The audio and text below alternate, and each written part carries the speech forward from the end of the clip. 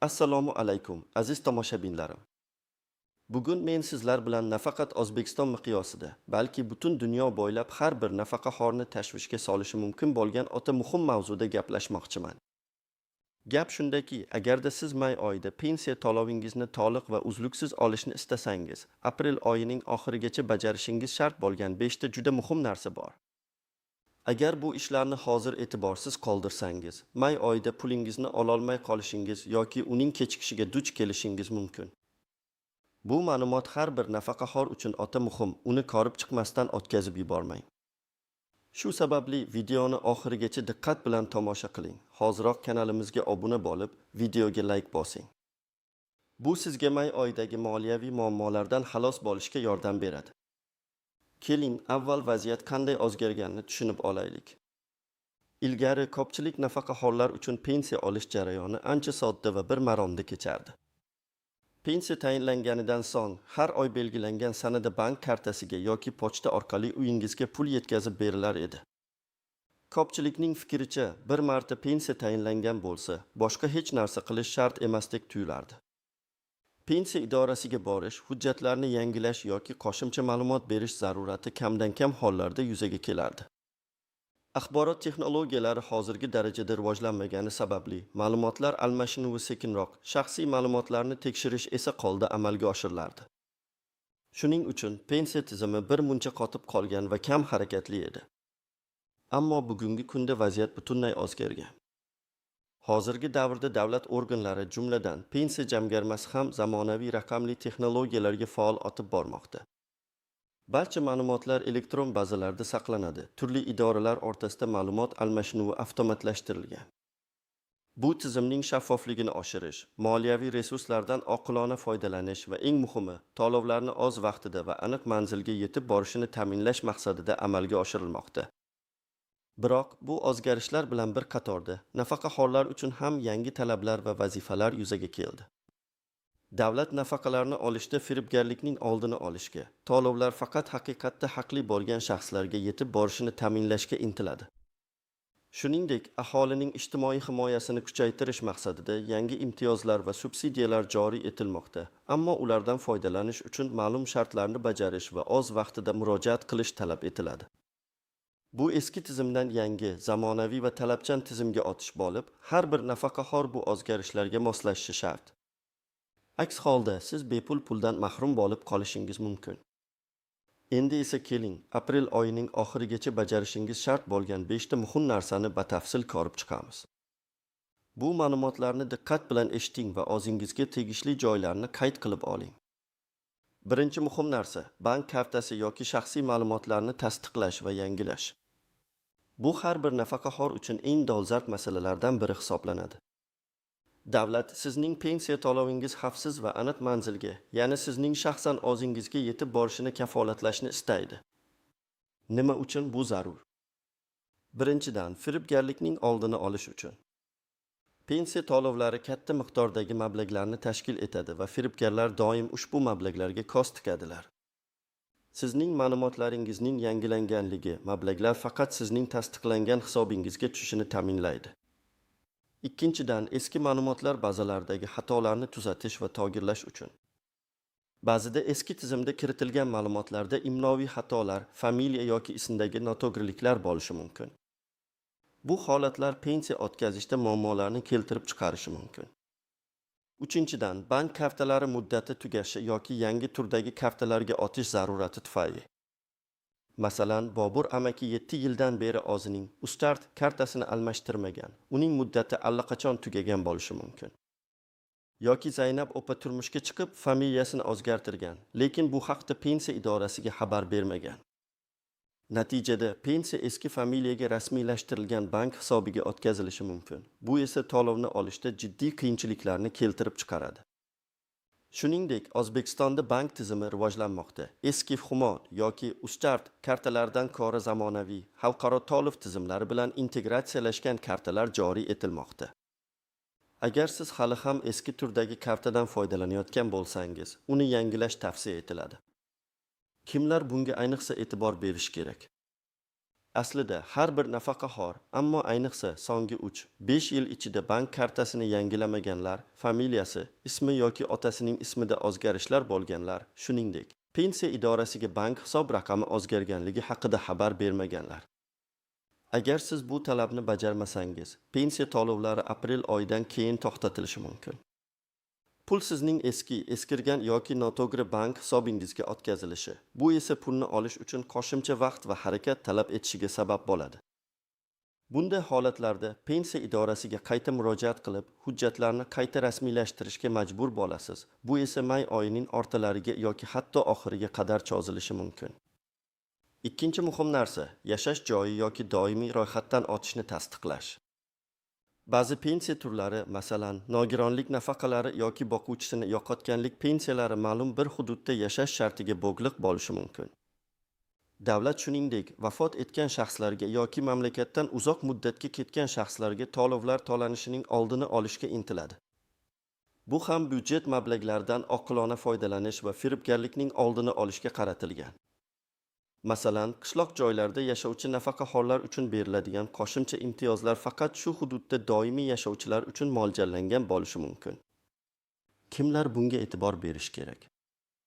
So'nggi vaqtda yashash joyini o'zgartirganlar, masalan, shahardan qishloqqa yoki bir viloyatdan ikkinchi viloyatga ko'chganlar.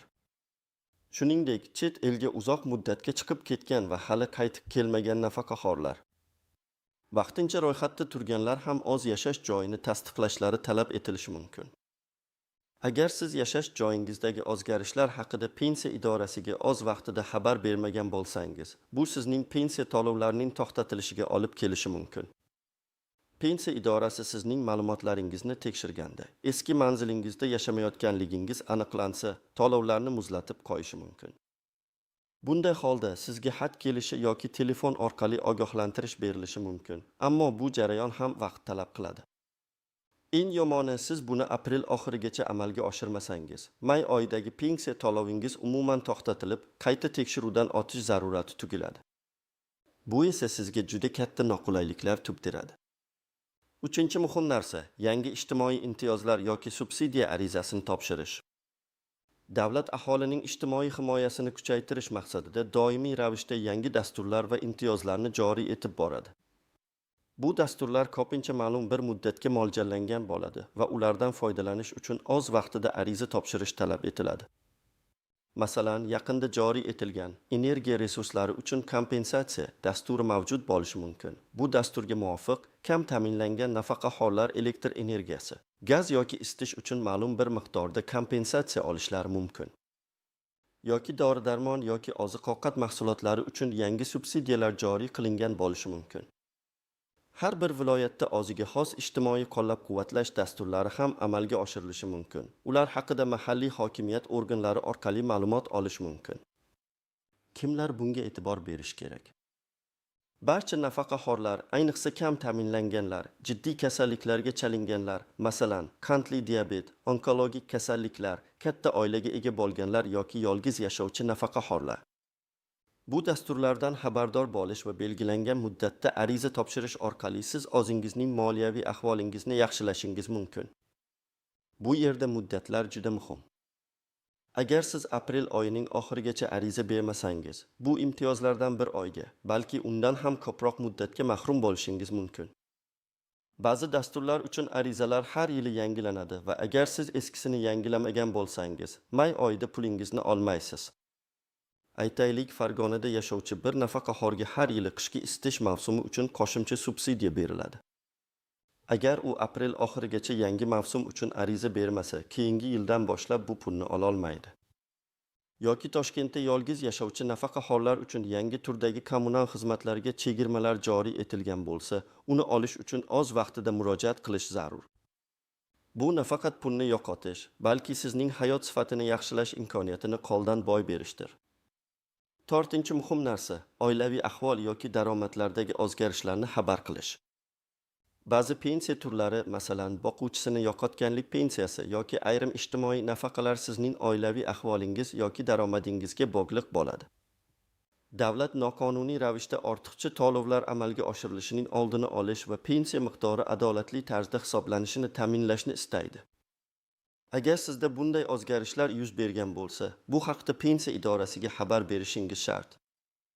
Kimlar bunga e'tibor berish kerak? Boquvchisini yo'qotganlik nafaqasi oladigan va qayta turmush qurgan shaxslar.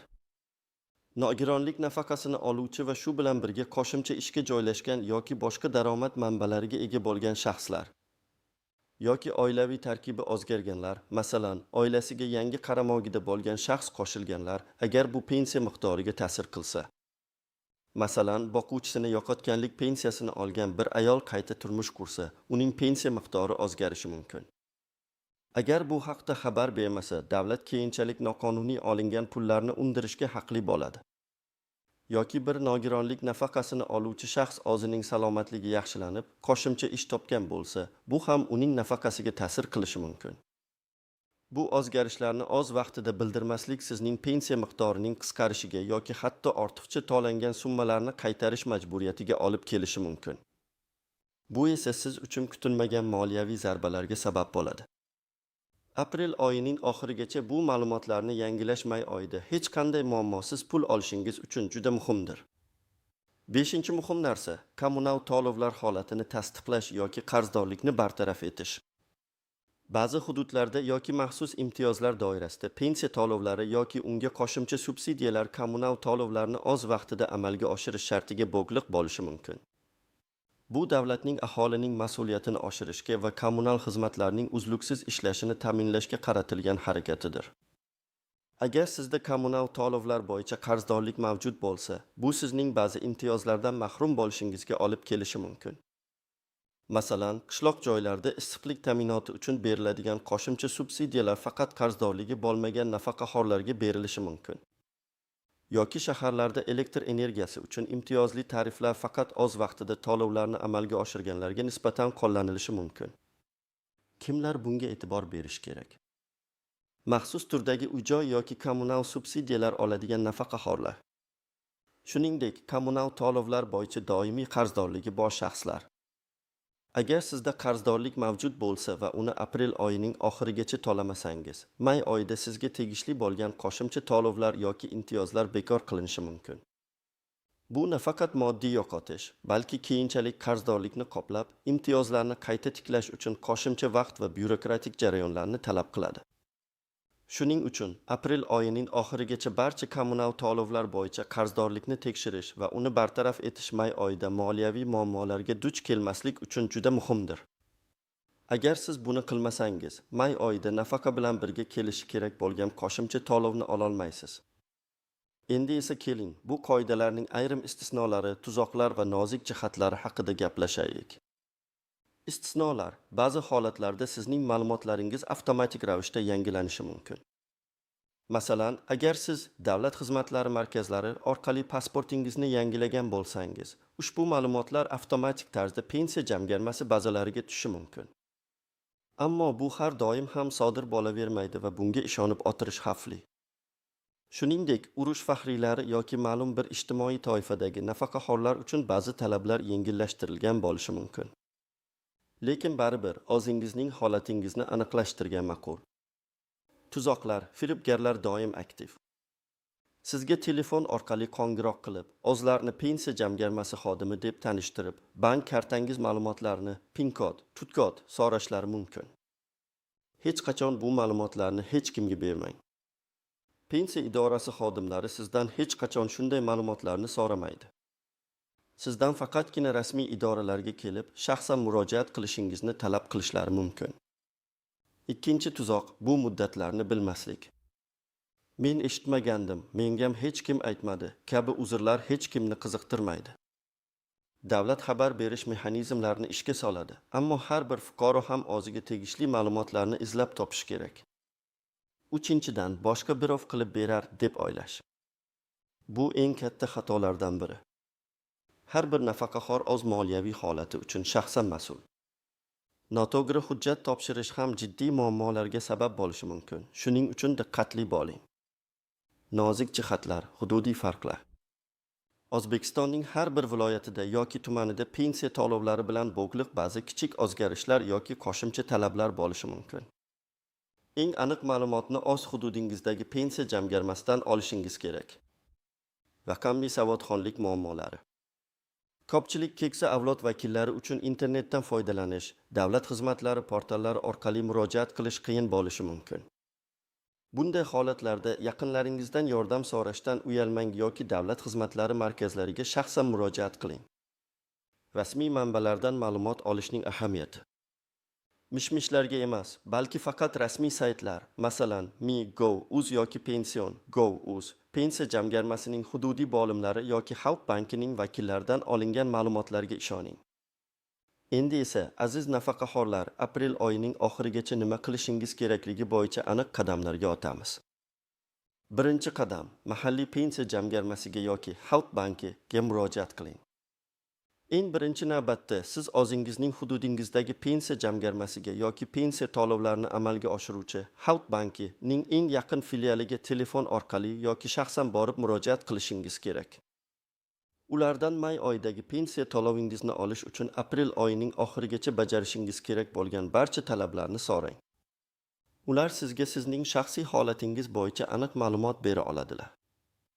Ularning telefon raqamlarini internetdan, rasmiy saytlardan topishingiz mumkin. Ba'zi banklar ham aholiga bu borada maslahatlar berishi mumkin. Ikkinchi qadam, rasmiy davlat veb-saytlarini tekshiring.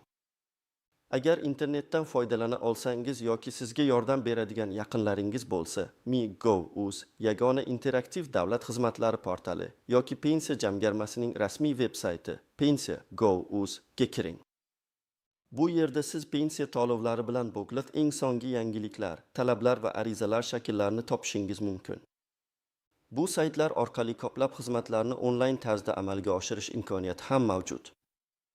Masalan, o'zingizning pensiya hisobingiz holatini tekshirish, shaxsiy ma'lumotlaringizni yangilashga ariza berish mumkin.